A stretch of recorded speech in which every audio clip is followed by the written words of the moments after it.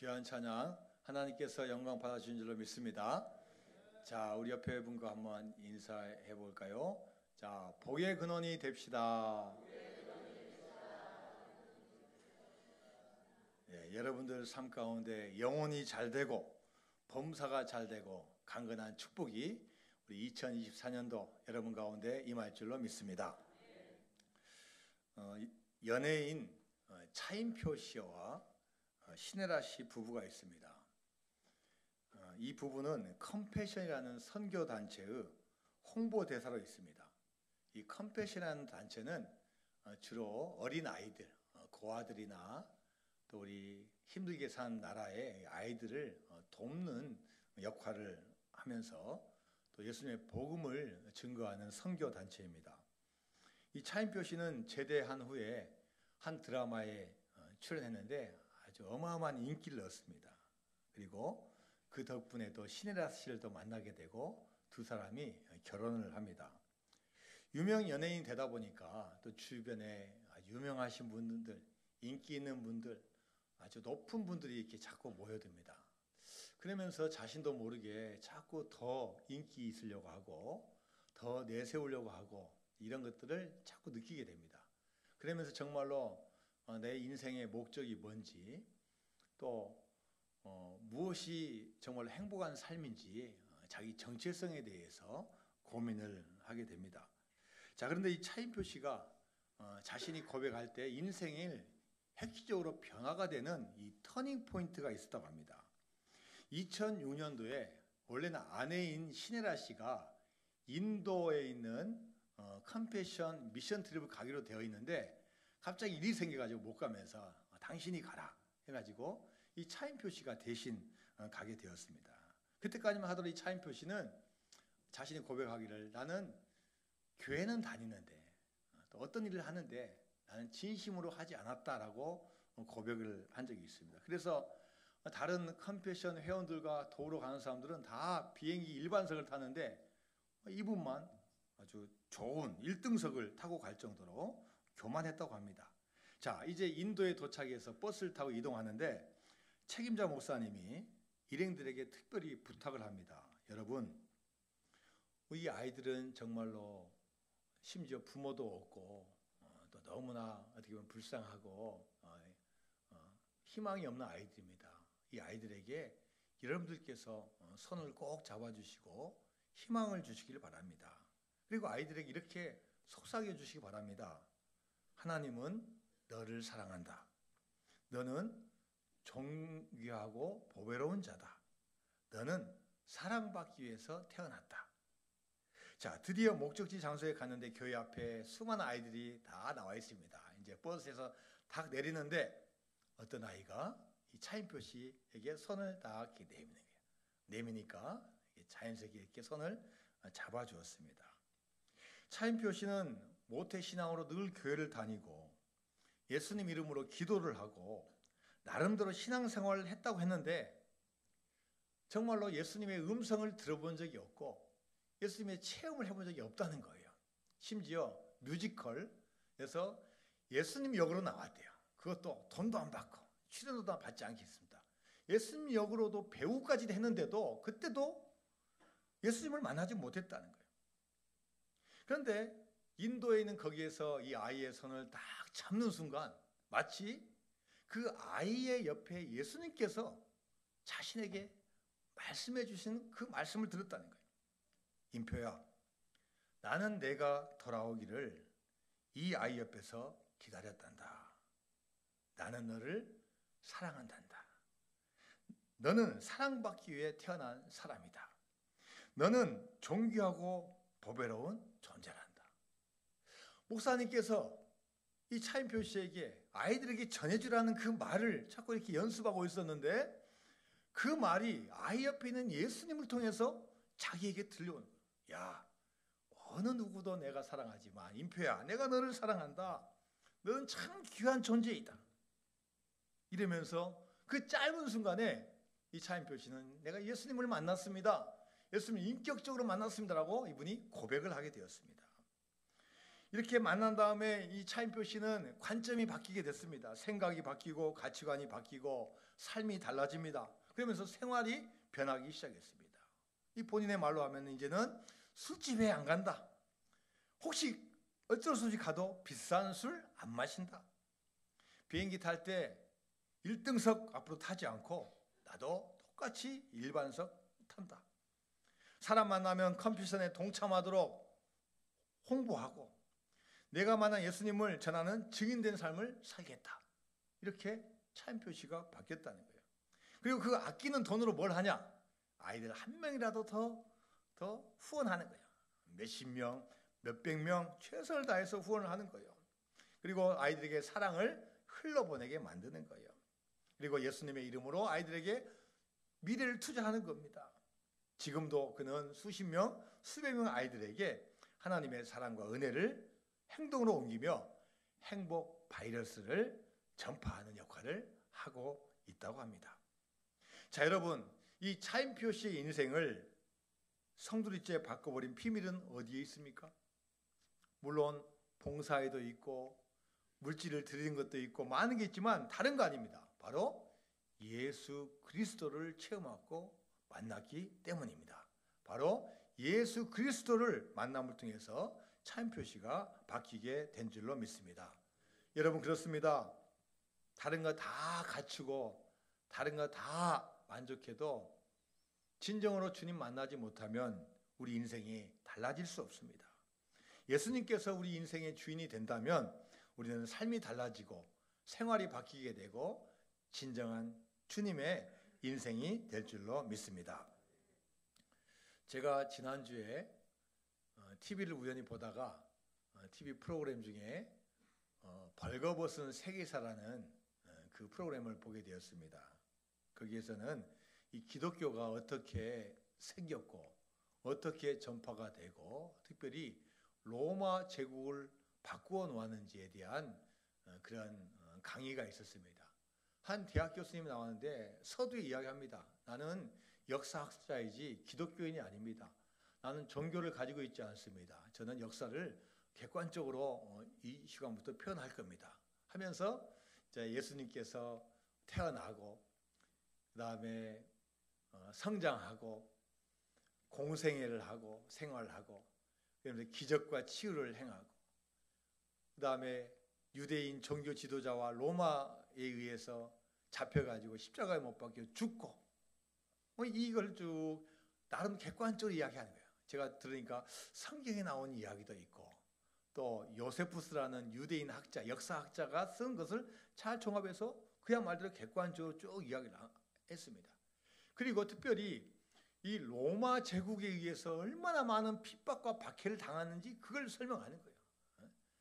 황제 숭배하지 않고 또 성만찬 하는데 그걸 오해해가지고 사람을 피를 마시고 사람을 육체를 먹는다 이런 소문들 또 평화를 사랑해서 전쟁에 나가지 않으려고 한다. 황제들이 수많은 이야기를 만들어요. 로마 시내 기독교인들이 불을 질렀다. 여러 가지 구실을 돼가지고 기독교를 무려 200년 이상 동안 핍박한 내용을 쭉 이야기를 합니다. 그런데 이제 AD 300년이 넘어서도 기독교를 그렇게 핍박했으면 이제는 아주 이제 없어져야 되는데 그때도 여전히 기독교가 살아있는 거예요. 그래서 AD 313년에 콘스탄틴 대제가 밀라노 측량에 의해서 이제 기독교를 믿어도 좋다. 이제는 종교 중에 하나이다. 앞으로는 핍박하지 않겠다라고 선포할 때는 보니까 기독교인이 벌써 로마 인구의 10%가 인구가 된 거예요. 그리고 AD 392년 이제 테오도시우스 황제가 우리 로마의 종교는 국교는 기독교다라고 선포를 하게 되는데 무려 80년 동안 기독교인이 얼마나 많이 성장했는지 당시 로마 시민의 로마 전체 인구의 80%가 다 예수님을 믿는 이 기독교 국가로 되었다는 거예요. 자, 그래서 거기에서 이 교수님이 그 이유를 세 가지를 듣는데 로마 제국에서 했던 당시 시대에서 했던 것과 교회에서 배우고 가르치는 생활과의 차별점에 대해서 이야기를 하는데, 자, 첫 번째는 뭐냐면요, 2000년 전 로마 제국은 철저한 신분제 사회였다. 귀족이 있고 시민이 있고 노예가 있고, 노예는 사람 취급도 안 하는 그런 시대였다. 그런데 교인들은 교회 안에 들어가면은 귀족이나 시민이나 노예나 똑같이 하나님의 자녀였다. 그러니 여러분, 특별히 노예나 시민들에게는 이게 얼마나 귀한 공동체고 얼마나 하나님 말씀이 귀하고 예수님 말씀이 얼마나 귀하냐는 거예요. 그래서 그런 핍박이 오더라도 거기에서 야, 우리는 하나님의 자녀다라는 이 자부심을 가지고 믿음을 지켰다는 거예요. 두 번째는 뭐냐, 2000년 로마의 여성들은요, 남자의 도구에 불과했어요. 성적인 도구, 애를 낳는 도구에 불과했다. 수많은 여자들이요, 인권이 없어요. 인격이 없어요. 특히 왜 아이를 낳아도 남자아이를만 선호하고 여자애들 아이 죽이거나 버려버려요. 여자 갈아치워버린 거예요. 그래서 여자의 인권도 없고 아무것도 없는데 교회 공동체는 어떻습니까? 여자를 보고 자매님, 형제님, 주님 안에서 형제 자매요. 평등해요. 차별이 없어요. 오히려 남자보다 여자가 더 고귀한 존재, 더 구해줘. 그러니 이 공동체 안에서 여성들의 역할이 얼마나 귀하고 존재감이 얼마나 있습니까? 모이기에 힘쓰고 서로 복음이 증거됐다. 마지막 세 번째는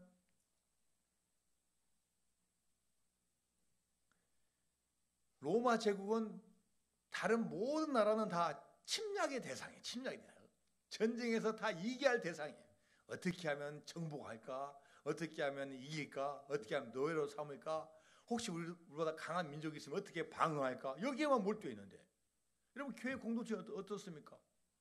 형제를 사랑해. 형제를 사랑해. 유대인이나 헬라인이나 이방인이나 싸우는 게 목적이 아니에요. 점령하는 게 목적이 아니에요. 다 주님을 같이 섬기고 믿고 한 인류의 형제자매가 되는 거예요. 이렇게 하나님의 말씀, 예수님의 말씀이 귀하니 어떠한 세력, 어떠한 권력, 어떠한 힘으로도 이 기독교를 막을 수가 없었다는 거예요. 교회는 어떤 인간이 고안해내고 생각해낸 사람의 작품이 아닙니다. 여러분이 잘 아다시피 마태복음 16장에는 이 교회의 근원에 대해서 나와요. 예수님과 제자들이 가이사라 빌립보 지방에 가셨을 때 예수님께서 제자들에게 물어봅니다. 야, 사람들이 인자를 누구라고 하느냐? 그랬더니 제자들이 대답합니다. 예, 세례 요한이라고 하기도 하고 엘리야, 예레미야, 선지자 중에 한 명이라고 합니다. 그렇다면 너희들은 나를 누구라고 하느냐? 이때 베드로가 뭐라고 합니까? 주는 그리스도시요 살아계신 하나님의 아들이십니다. 이 대답을 들은 예수님께 너무나 흡족하셔가지고 뭐라고 말씀하셔요? 바요나 시모나, 내가 복이 있도다. 이를 내게 알게 한 이는 혈육이 아니요 하늘에 계신 내 아버지시니라. 또 내가 내게 이르노니 너는 베드로라. 내가 이 반석 위에 교회를 세우리니 음부의 권세가 이기지 못하리라. 여러분, 이처럼 이 교회는 이 베드로의 믿음의 고백 위에 세워졌고, 어떤 제자가 우리가 만들겠습니다, 예수님께서 이제 이 세상 안 계시면 우리가 해보겠습니다, 이게 아니라 예수님께서 친히 말씀하시고 세우라고 명령하신 예수님의 말씀이라는 거예요. 그래서 예수님께서 죽으시고 이제 부활 승천하셨을 때 제자들이 마가다락방에 모여서 열심히 기도하는데 이 120명의 문도에게 성령이 충만하게 되고, 이제 성령 받으니까 이제 감사하고 기쁘고 능력이 있으니까 이제 밖으로 나가는 거예요. 가는 곳마다 예수님의 복음을 증거해서 이제는 교회가 생기는 거예요. 가정마다 교회가 생기고, 두세 사람이 모이고, 두 가정이 모이고, 다섯 가정이 모이고, 또 큰 공간이 있으면 또 우리 한 50명, 100명 모여가지고 이제 초대교회가 형성이 되는 거예요. 자, 그렇다면 제가 오늘 창립 우리 교회 10주년을 맞이해서 오늘 설교 제목을 뭐라고 잡았냐면요, 초대교회처럼. 초대교회처럼. 지금 비록 2000년이 지났지만 초대교회, 또 다른 말로 신약에 있는 교회, 구약을 지나서 이제 예수님께서 보여주신 그 원래 그 교회 모습이 뭐냐? 500년 지나고 1000년 지나고 5000년 5만년 지나도 이 근본적인 교회 모습 우리가 본받고 배우고 유지해야만이 우리가 이 본질에 밖으로 나가지 않는다는 거예요. 자, 그래서 오늘은 세 가지를 통해서 초대교회 우리가 무엇을 본받아야 될지를 같이 한번 말씀을 보겠습니다. 자, 첫 번째 사도행전 2장 42절 말씀 같이 봅니다. 시작. 그들이 사도의 가르침을 받아 서로 교제하고 떡을 떼며 오로지 기도하기를 힘쓰리라. 자, 맨 앞에 나오는 구절인데 한번 따라 해보겠습니다. 사도의 가르침을 받읍시다.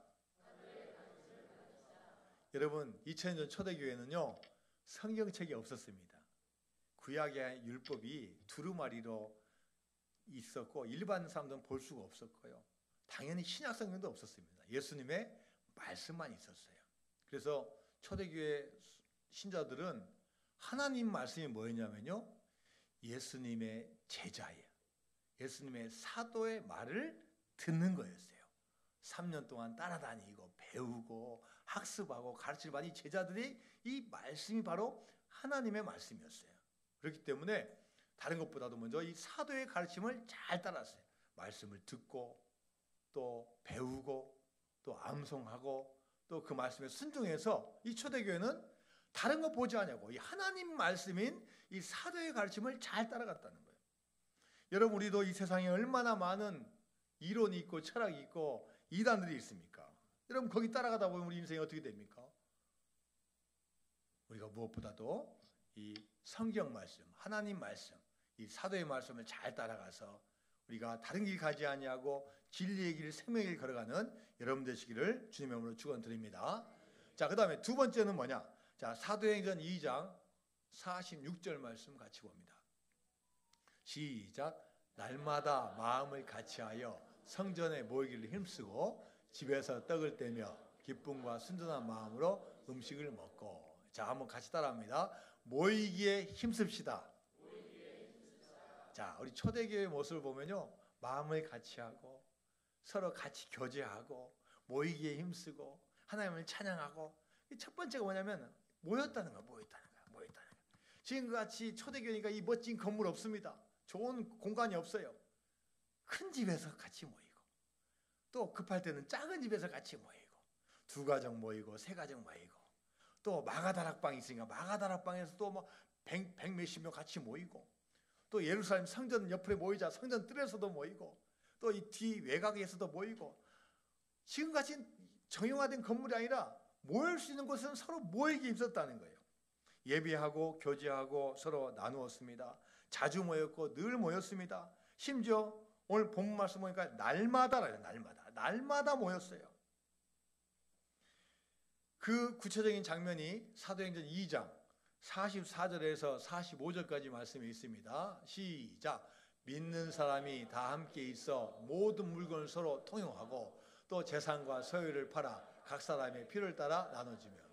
자, 여러분, 지금 이 시대에는 여러분 이게 쉬운 게 아니에요. 근데 제가 설교 준비하면서 홍대, 지금 서울에 있는 홍대 쪽에 있는 한 조그만 교회를 우연히 기사를 접하게 되었어요. 주로 청년들과 이 젊은 사람들 모임이에요. 이 목사님이 독특한 목회 철학을 가지고 있어요. 우리 교회원들은 10분의 1을 11조로 내고 10분의 1은 공동생활에 같이 쓴다. 그래서 교회에다가 몇 분의 몇을 내냐면 10분의 1을 내는 거예요. 그런데 이것을 내면서 하는 청년들이 몇십 명이 되는 거예요. 몇십 명이 돼. 청년들이 이거 하다 보니까 야, 이거 처음에는 11조 내는 거 이거 힘들고 또 11조 같이 내가지고 하는 게 힘들 줄 알았는데 하다 보니까 이분들이 여기에 무슨 그 나름대로 진리 같은 걸 발견한 거예요. 그래가지고 목사님한테 건의를 해요. 목사님, 우리가 번 거 다 내놓고 생활하면 어떻습니까? 이거 목사님이 깜짝 놀라요. 목사님이 이거 수용할 수가 없어요. 아, 이거 이상합니다. 어떻게 그럴 수가 있습니까? 오히려 목사님이 오히려 이제 방어를 나서는 거예요. 1년간 기도해보고 그래도 여러분이 하겠다면 합시다. 그런데 1년 후에요, 이 청년들 중에서 다 해가지고 그런 공동체를 만든 거예요. 15명 중에서 13명이 그렇게 결단하고 하고 있다는 기사가 나온 거예요. 우리가 생각해서 도저히 힘들 것 같은데 초대교회는 이미 그걸 했다는 거예요. 큰 데서 하는 건 어렵지만 두세 가정, 서너 가정, 다섯 가정은 서로 필요를 알잖아요. 서로 숟가락 몇 개인지도 알고 아니까 서로 마음이 통하는 거예요. 아, 기도 제목이 뭐구나, 필요한 게 뭐구나, 아 정말 우리 집사님한테 뭐가 필요하구나. 서로 마음이 통하니까 서로 도와주고 서로 협력을 하는 그 장면이 이 사도행전에 나오는 초대교회의 모습이라는 거예요. 믿음의 성장은 모이는 데 있습니다. 불이 활활 타오르기 위해서는 장작들이 서로 모여서 시너지 효과를 내서 크게 큰 불을 이루듯이 모여야 돼요. 장작 하나를 딱 빼가지고 밖으로 빼면은 처음엔 타는 것 같지만 몇 초 몇 분 있으면은 불꽃이 시들시들해지고 꺼져버린 거예요. 같이 참여하고 주변인들 서로 모여서 하나님 앞에 믿음의 길을 가니 하나님께서 이 초대교회에 큰 은혜를 주시는 거예요. 자, 히브리서 10장 25절 말씀 같이 봅니다. 시작. 모이기를 패하는 어떤 사람들의 습관과 같이 하지 말고 오직 권하여 그날이 가까움을 볼수록 더욱 그리하자. 여러분, 시대가 힘들고 어려울수록 사람들은 모이기를 싫어하는 거예요. 나만 잘 되면 되는 거예요. 그러나 이럴 때일수록 더 모이기 힘쓰라고 권면을 하고 있습니다. 지금 파키스탄에서 의사로서 의료 선교사를 하고 있는 한 분이 계십니다. 이분은 어릴 때 아버지가 사업에 실패를 하고 아버지가 이제 사업에 실패해가지고 맨날 이제 술만 드시는 거예요. 그러니까 어머니가 참다 못해가지고 집을 나갔어요. 그래서 이 큰아들인 이 중학생이 집안에 있는 거 모든 거 이제 맡아서 하는 거예요. 이제 빨래도 해야 되고 밥도 해야 되고 설거지도 해야 되고. 친구들은 부모님 잘 만나가지고 교복 멋진 거 입고 열심히 공부하는데 자기는 공부할 시간도 없고 맨날 집안일 해야 되고 여학생 만날 수도 없고 창피하고. 그래서 안 좋은 결심을 했어요. 약을 조금씩 모았어요. 많이 먹으면 죽는 약을 조금씩 모았어요. 그래, 내가 이 약 먹고 죽어버리자. 내가 오늘 토요일날 오전 수업 끝나고 이제 방과 후에 학교 뒷산에 가서 이 약 먹고 내가 죽어버리자. 그리고 드디어 오전 수업이 끝나고 이제 가방을 들쳐매고 뒷산으로 딱 가려고 하는데 누가 뒤에서 등을 딱 치는 거예요. 야, 너 탁구 치러 갈래? 대답할 틈도 없이 그 친구가 등 치러 오니까 끄고 가는 거야. 야, 탁구 치러 가자. 어디로 데리고 갔을까요? 교회로 데리고 가. 교회 가면 탁구장이 있어요. 그래서 탁구를 막 가르쳐줘요. 탁구를 막 배웠어요. 탁구 다 끝나고 나니까 야, 이제는 공부하러 가자. 무슨 공부? 성경 공부하러 가자. 가니까요, 조그마한 교육관에 전도사님이 칠판 앞에 두고 막 설명해 성경 공부를 막 하는 거예요. 야, 신기하다. 하나님이 뭐고, 예수님이 뭐고, 천지를 창조하셨고 신기한 건데. 근데 더 좋은 게 있어요. 성경 말씀보다 더 좋은 게 뭐니까 힐끗 보니까 옆에 누가 있어요? 예쁜 여학생들이 있는 거예요. 예쁜 여학생들. 야, 내가 평상시에 눈여겨보는 예쁜 여학생이 있으니까 이게 웬일입니까? 이게 웬일입니까? 그리고 끝나고 나니까 빵도 주죠. 또 음료수도 주죠. 야, 이게 천국이 모양이다. 그래가지고 이제는 교회 가는 게 너무 즐거운 거예요. 계속 교회. 근데 여러분, 교회 오다 보니까 어떤 일이 벌어졌을까요? 이 학생이 은혜를 받은 거예요. 믿음이 생기게 된 거예요. 그래서 이제 믿음이 생기니 자기의 처지만 생각하는 게 아니라 이제 가정을 보고 주변을 둘러보는 거예요. 아, 우리 아빠 너무나 불쌍하다. 우리 엄마 지금 어디에 계실까? 하면서 이제 이 학생이 기도를 하기 시작해요. 하나님, 우리 아버지 술 끊게 해주세요. 다시 일하게 해주세요. 우리 엄마 돌아오게 해주세요. 우리 가정을 불쌍하게 해주세요. 여러분, 시간이 지나니까 어떻게 됐을까요? 갑자기 어머니가 돌아오셨어요. 아버지가 술을 딱 끊지는 못했지만 술을 줄이고 직장에 나가기 시작했어요. 그리고 이 가정이 서서히 회복되고, 그리고 이제 이 친구는 학생이 열심히 공부하는 거예요. 고등학교 가고 대학교 의대를 가가지고 의사가 됐어요. 야, 의사가 돼서 돈 많이 버는 거 거기까지만 해도 괜찮은데 이제는 파키스탄에 의료 선교사를 나가서 지금도 많은 분들에게 복음을 증거하고 의료를 통해서 하나님 나라를 확장하는 귀한 일을 하게 된 줄로 믿습니다. 여러분, 죽어가는 인생, 희망이 없는 인생, 교회 나와서 주님 만남을 말미암아 삶이 달라진 거예요. 여러분, 우리가 믿음 생활할 때 교회에서 여러분 좋은 것만 있겠습니까? 불편한 것, 부딪히기 싫은 것, 하고 싶지 않은 것, 참여하고 싶지 않은 것, 그런 게 얼마나 많은지 몰라요. 그러나 여러분, 그걸 이겨내야 되는 거예요. 이겨내야. 그 과정 가운데 하나님께서 예비하신 것이 있고 그걸 통해서 나의 믿음을 성장시켜 주시는 거예요. 그 과정을 잘 거쳐서 하나님의 멋지고 아름다운 여러분 되시기를 주님의 이름으로 축원드립니다. 여러분, 지금 이 시대에 필요한 게 뭐냐? 모여야 돼요. 무엇보다도 주님 안에서 모여서 힘을 합치고 기도해주고 연합할 때 하나님께서 큰 은혜를 주실 줄로 믿습니다. 마지막 세 번째로 교회는 어떤 교회냐? 자, 사도행전 2장 47절 말씀입니다. 시작. 하나님을 찬미하며 또 온 백성에게 칭송을 받으니 주께서 구원받는 사람을 날마다 더하게 하시니라. 자, 초대교회 교인들이요, 하나님을 잘 찬송했어요. 근데 여기는 표현은 안 됐지만 하나님을 찬미하는 그 모습이요, 진실된 거예요. 교회에서의 삶과 밖에서의 삶이 다르지 않는 거예요. 그러니까 알잖아요, 사람들이. 아, 보니까 야, 정말로 뭔가 미치긴 미쳤는데 좋은 곳에 미쳤구나. 그게 성령이라고 그러는데 그게 맞는 모양이구나. 그러면서 야, 교회를 가면 되겠구나. 예수를 믿으면 되겠구나. 이게 이제 소문이 나기 시작한 거예요.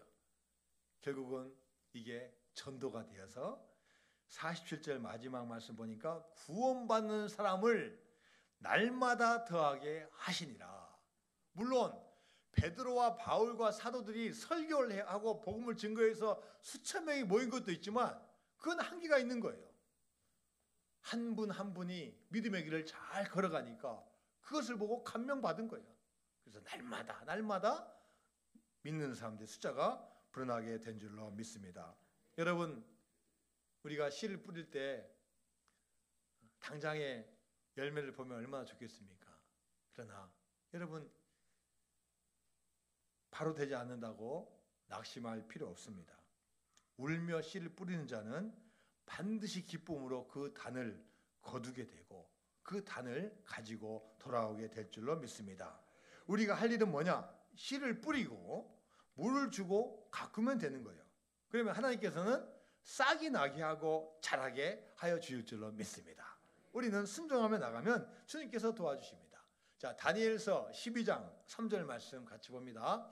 시작. 지혜 있는 자는 궁창의 빛과 같이 빛날 것이요 많은 사람을 옳은 대로 돌아오게 한 자는 별과 같이 영원토록 빛나리라. 아멘.